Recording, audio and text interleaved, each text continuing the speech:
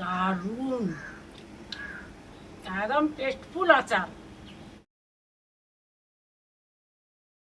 বন্ধুরা দেখো, টক কুল নিয়ে চলে এসেছি। আর এই সময়ই টক কুলের সিজন, প্রচুর, প্রতিটা গাছে লাল লাল হয়ে টক কুল ঝুলে আছে। কুলের আমি টক ঝাল মিষ্টি আচার করে দেখাবো, এক লোভনীয় জিনিস।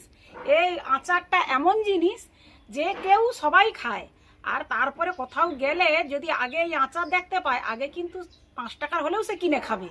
সেই আচার আমি আজ বাড়িতে বানাবো, একদম গ্রাম্য পদ্ধতিতে, কিন্তু স্বাদ হবে পুরো দোকানের মতো।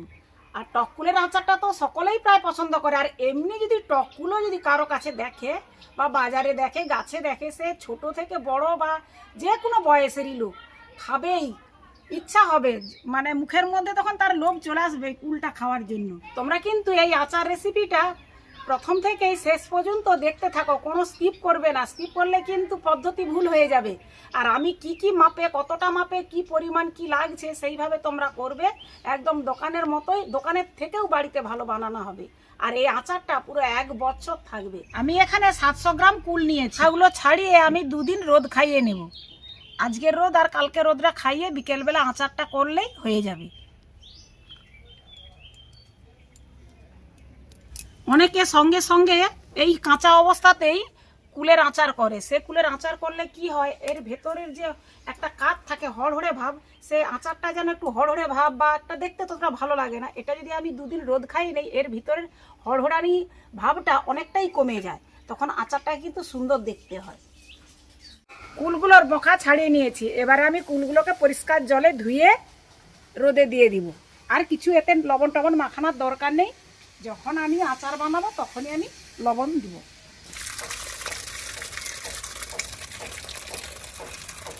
বন্ধুরা 2 দিন রোদ খাওয়ানোর পর আমি কুল নিয়ে চলে এসেছি। আর কুলটার কীরকম ভাবে হয়েছে দেখো, গাগুলো একটু তবড়া তবড়া হয়ে গেছে।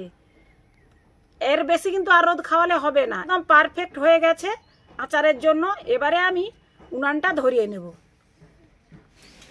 উনানটা ধরে গেছে, আমি এবার কড়াটা বসিয়ে দেব। আচারের জন্য কিছু শুকনো মশলা নিয়েছি, এই মশলাগুলো এবারে কড়ার মধ্যে ভেজে নেব।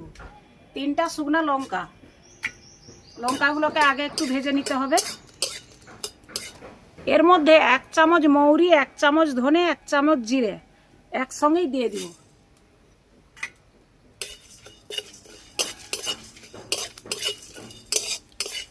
মশলাগুলো ভাজা হয়ে গেছে, আমি এবার মশলাগুলোকে নামিয়ে নেব।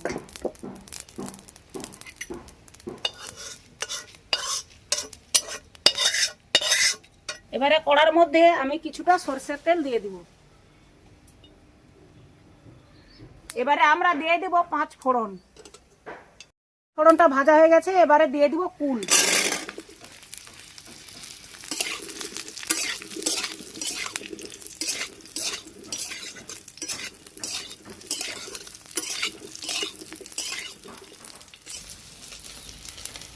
দিয়ে দিব পরিমাণ মতো লবণ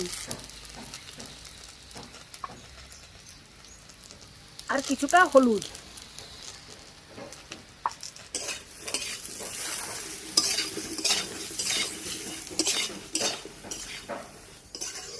এই কুলের আচারের জন্য আমি এখানে 400 গ্রামের মতো গুড় নিয়েছি, আখের গুড় দিয়ে দিব।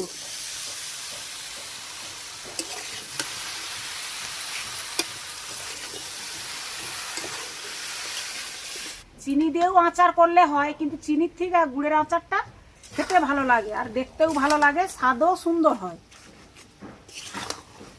আর এই আচারের মধ্যে কোনো আমি জল দেব না, আস্তে আস্তে করেই গুড়টাকে পাক করে নেব।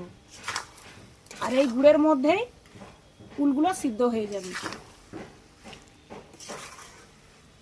একটু সময় ধরে কম আগুনে ভালো করে সেদ্ধ করে নিতে হবে, আর গুড়টাকেও ভালো করে পাক করতে হবে। মশলাগুলো আমার ঠান্ডা হয়ে গেছে, ততক্ষণ কুলটা ফুটুক, আমি মশলাগুলো গুঁড়িয়ে নেব।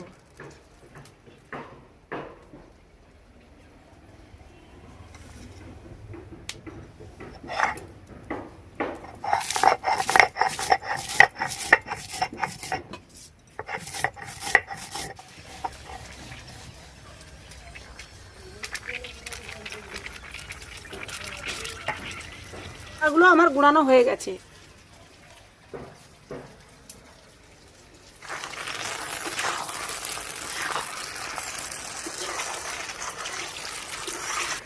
কুলগুলো কীরকম ফুলে একদম সবল হয়ে গেছে।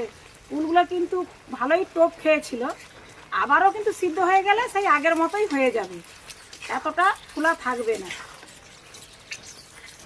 আচারটা আমার হয়ে গেছে, আমি এবার নামিয়ে নেব। এবারে এর মধ্যে আমি লেবু রস দিয়ে দিব। তোমাদের কাছে লেবু রস থাকলে লেবু রস দিবে, নাহলে ভিনিগার একটু দিয়ে দিবে। এইটা দিলে কি হয়, কুলের সেন্ট টেস্টটা আরো বেড়ে যায়, আর এটা অনেকদিন থাকবেও সুদা।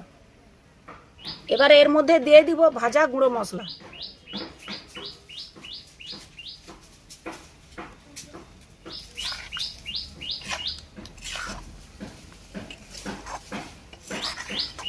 ওনার মধ্যে যখন কুলগুলো ফুটছিল সব গোল হয়ে গেছিল, আবারও কিন্তু সেই আগের অবস্থায় চলে আসছে। আর এই আচারটা ঠান্ডা হয়ে গেলে আমি জারের মধ্যে ভরে নেব, আর ঠান্ডা হয়ে গেলে আর একটু মাট মাট হয়ে যাবে, দেখতে ভালো লাগবে।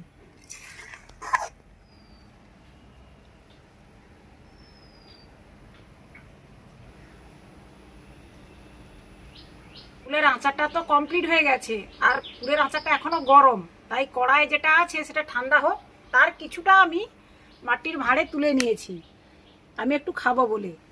আচার দেখে কিন্তু খুব লোভ লাগছে, তাই আর সামলাতে পারছি না, ওই জন্য একটু বলি নিয়ে খাওয়া শুরু করি, তারপরে ওটা ঠান্ডা হলে ওটা জারে ভরে নেব।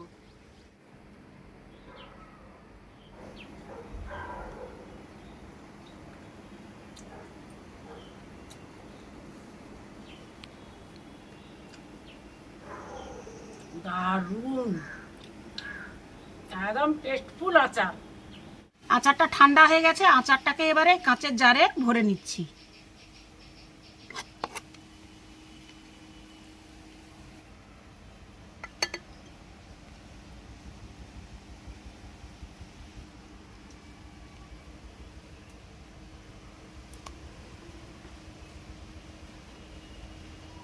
আবার কিন্তু এতটা পরিমাণ টককুলের আচারটা হয়েছে, তো টককুলের সিজনে তোমরাও অবশ্যই বাড়িতে টককুলের আচার বানাবে। আর টককুলের আচার মানেই সবার একটু লোভ হয়।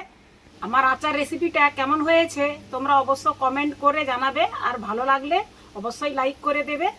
আর আমার চ্যানেলে যারা নতুন এসেছো তারা চ্যানেলটিকে অবশ্যই সাবস্ক্রাইব করে আমার পাশে থাকবে। তো চলো, তোমাদের সঙ্গে দেখা হচ্ছে পরের আবারও একটি ভিডিও নিয়ে, ততক্ষণে ভালো থাকো, সুস্থ থাকো।